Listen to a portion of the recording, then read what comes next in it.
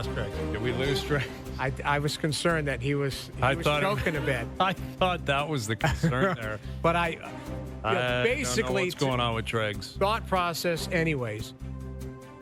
The market may have reset on a lot of players, but I believe, like, you know, you look at a team like Edmonton, you look at a team like the Toronto Maple Leafs looking for top six. If top six aren't there traditionally to sign, now you're looking at the trade market. So that's kind of where I was going with Dregs. Yeah. We have Dregs? There he is. You all right? Okay. No. I heard something about trade market, and then I heard nothing. Yes. Okay. That's where we're going. Like, is that obviously the next Yeah. step? We mentioned the Leafs, the Oilers. Like, the Oilers have got to do something. You know, they just lost players today.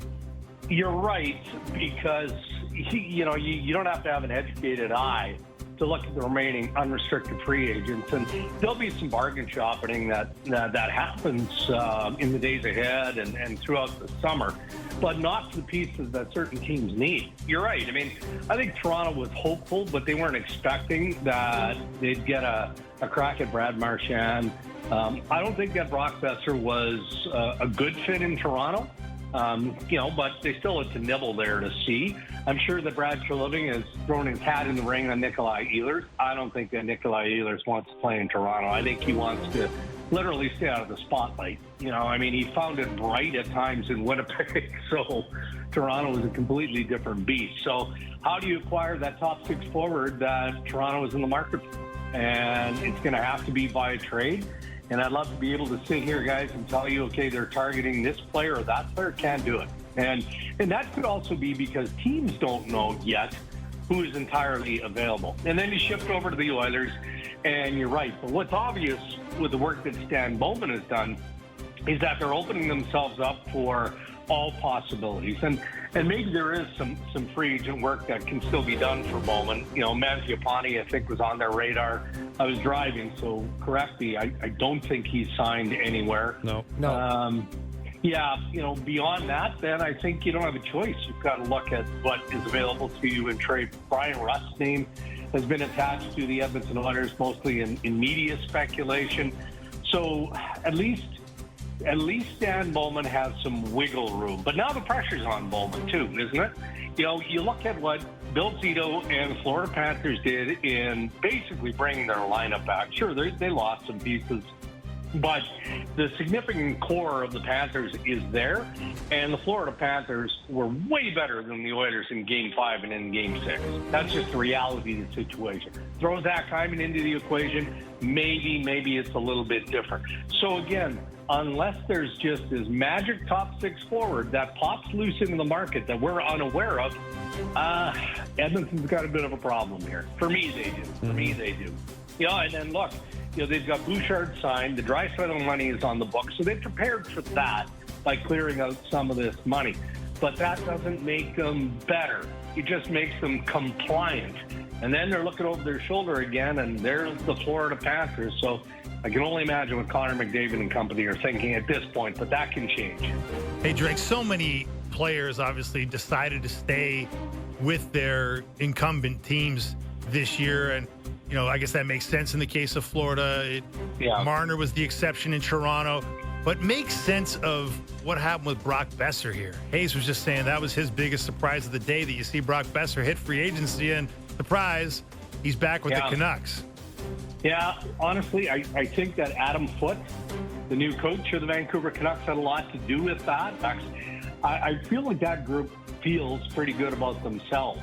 But they're not done yet either, right? You know, you look up the middle of it. Philip Hedl is a big story because he's healthy. If he can stay healthy, then maybe he covers off their number 2 spot. But I think that Patrick Galvin is going to continue to look. But Brock Besser saw enough that it wasn't worth him exploring beyond the Vancouver Canucks. And he had, as of this morning, at least 10 teams with a variety of different, you know, formats and contracts, especially term and money, that he had to peruse. And that includes the Winnipeg Jets.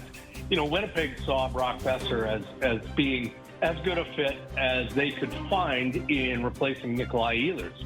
And it didn't take long once the market opened at noon for Brock Besser and the Vancouver Canucks to come together on that 7-year term. So a bit of a head scratcher, but more from Besser's perspective, I think, based on some of the other options that were available to him.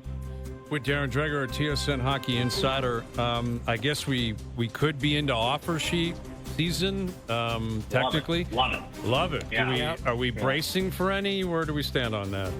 Well, I mean, it I guess more or less actively happened with Keandre Miller going to the Carolina Hurricanes because that offer sheet threat was real, right? So Chris Drury and the New York Rangers wisely said, all right, well, let's just figure out compensation. Let's make a deal and we'll do the sign and trade. And it got a bit more complicated, which is why we didn't spend a whole lot of time reporting on it during our live coverage on TSN. I was told that the league didn't intervene. They had to iron out some of the wrinkles that can go along with, a transaction like this because it's layered, right? And so they had to get through that. And the agent, Ian Pulver, had to negotiate fully, I guess, what that sign would look like. And it's 8 years with a big number going to Carolina. But the threat of the offer sheet was there. What we don't know is whether or not somebody is going to sign off on an offer sheet for Bo Byram and the Buffalo Sabres. And we talked about this early in the day. And, again, when you're on live TV, you don't have a whole lot of time to explain it. And I'm not going to take a ton of time here. But so I think that the agent here, Darren Ferris, who represents Sam Bennett and Mitch Meyer, made it pretty clear, and has made it abundantly clear to Kevin Adams. Well, they haven't requested a trade. Byram's 2 years away from unrestricted free agency. He has arb rights. So I think the message has been pretty clear. You're never going to get better value on the trade front for Byram in Buffalo than you are right now. So take advantage of it. And it hasn't happened to this point.